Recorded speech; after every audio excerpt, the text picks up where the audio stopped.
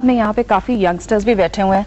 जी बताइए, मुझे बताइए क्या किस वजह से ये सब चीजें कम नहीं हो रही बल्कि बढ़ रही हैं? यू कैनॉट से कम्प्लीटली कि मेल डोमिनेंट सोसाइटी है तो मेल ही मतलब फीमेल्स के अगेंस्ट ये सारे चीज कर रहे हैं और जा रहे हैं। और कौन कर रहा है? मतलब फीमेल्स भी जहाँ पे एक ऐसी कल्चर है, जहाँ पे एक ऐसा society corporate sector, actually I am from a corporate sector जहाँ पे मैं जॉब कर वहाँ पे ऐसे भी है जहाँ पे मतलब महिलाओं की तरफ से भी तो ऐसा कुछ होता है। You cannot blame completely to male कि ओके ठीक है। अच्छा और कौन है? हाँ बोलिए। अभी जैसे डॉक्टर साहब, हाँ बोलिए। मैं पहले बताना चाहता हूँ कि एक तो इसमें हमारा दंड का जो है कठोर प्रावधान होना चाहिए।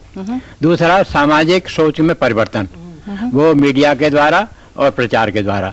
तीसरा ये जैसे वो उससे पहले प्रश्न से संबंधित है कि जो हमारे समृद्ध कुछ परिवार हैं जो वेल टू डू हैं, जैसे किसी मंत्री का किसी ऊंचे उसका है, वो स्वतः आराम से छूट जाते हैं।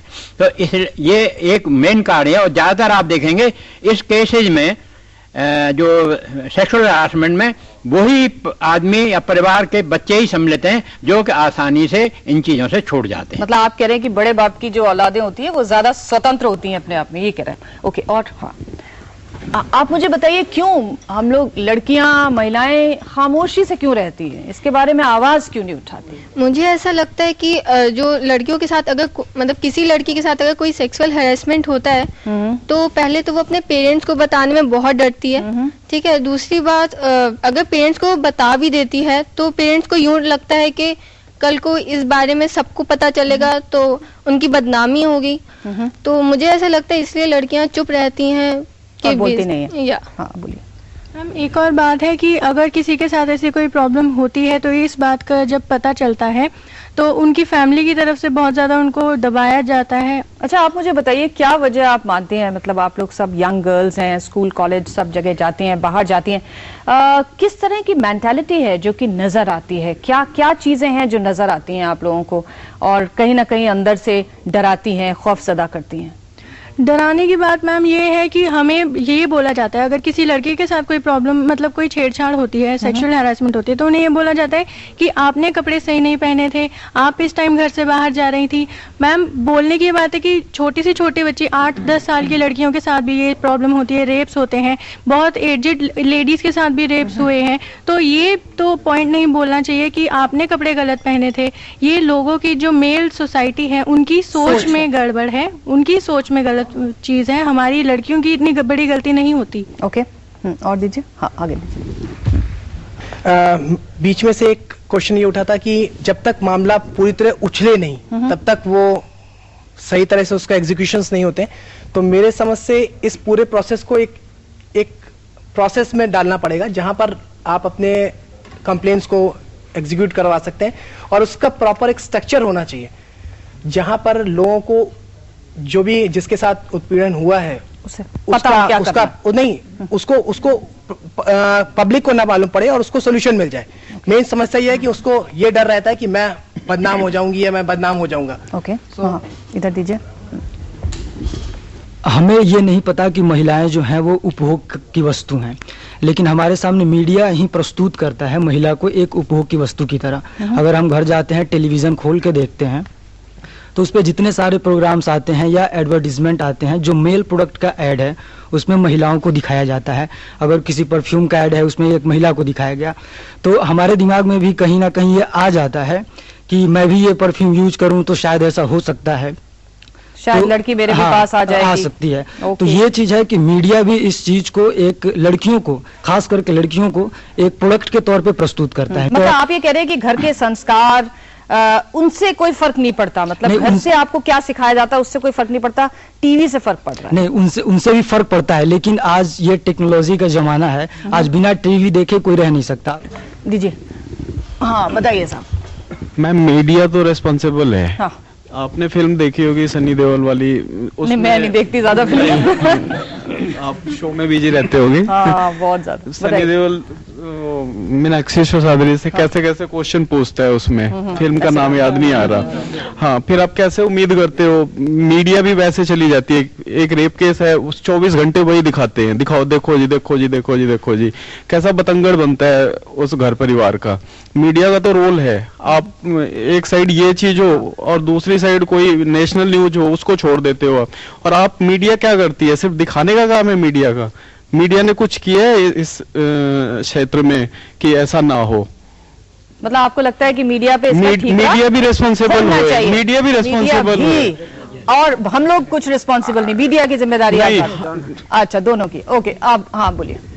जब तक एडमिनिस्ट्रेशन अगर टाइट नहीं है तो फिर लॉ एंड ऑर्डर का कोई मतलब नहीं होता है, उससे चाहे कितना विधेयक बनाइए या कोर्ट अगर कोई आदेश जारी करता है तो उससे कोई मतलब नहीं, लेकिन फिर भी ओवरऑल मानसिकता को चेंज करने की जरूरत है। ओके, इधर लाइए, अभी मिलेंगे।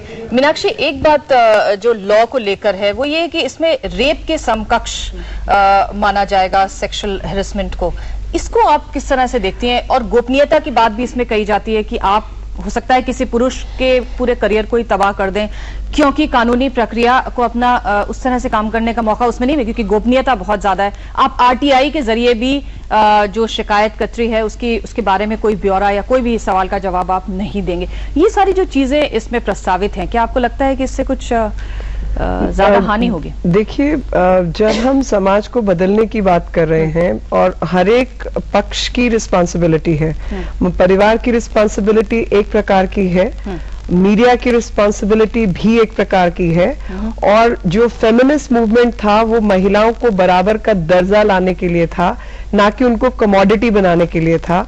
आज उनको कमोडिफिकेशन करके जिन अधिकारों के लिए महिलाएं लड़ी, आज वो खुद उसी जाल में फंसकर उन्हीं हाथों एक्सप्लॉइट हो रही हैं। तो इस सब के ऊपर विचार करने की आवश्यकता है अगर हम समाज को बदलना चाहते हैं। लॉ एंड ऑर्डर की जहां तक बात है, ये बात बिल्कुल ठीक है कि बहुत क्विक जस्टिस सिस्टम होना चाहिए कि आज आपने हैरेस किया, तुरंत 3 महीने की जेल, वहीं के वहीं जाइए, भुगत के घर पहुंचिए। तो एक बार ये हरकत करेंगे, चाहे छोटी हो, मतलब आप 1 हफ्ते के लिए भेजें या महीने के लिए भेजें, आज सीटी बजाई, बस में लड़की को हाथ लगाया, वहीं के वहीं मैजिस्ट्रेट ऑर्डर, आप जाइए, कोई लंबी चौड़ी कार्रवाई नहीं होगी इन केसेस के अंदर।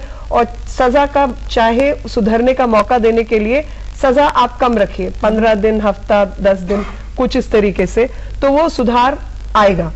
लेकिन जो लॉ एंड ऑर्डर में इसको एट पार विद रेप लाने वाली बात है, मैं उसके बिल्कुल उससे सहमत नहीं हूं, क्योंकि रेप का लेवल जो है एक्सप्लॉयटेशन का वो कुछ और है।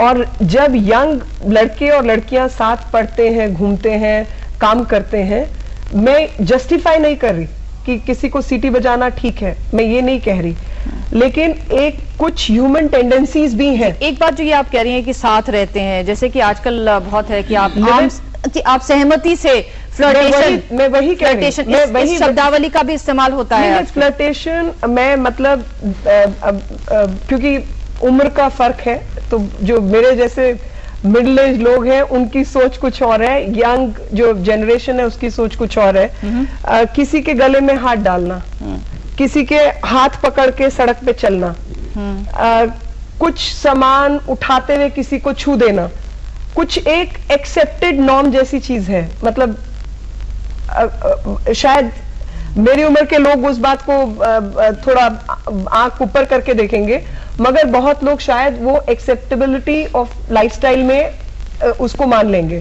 तो आज तो आप हाथ पकड़ के साथ घूम रहे हैं, कल को आपका ब्रेकअप हो गया तो आपने उठा के सेक्सुअल हैरेसमेंट बना दिया।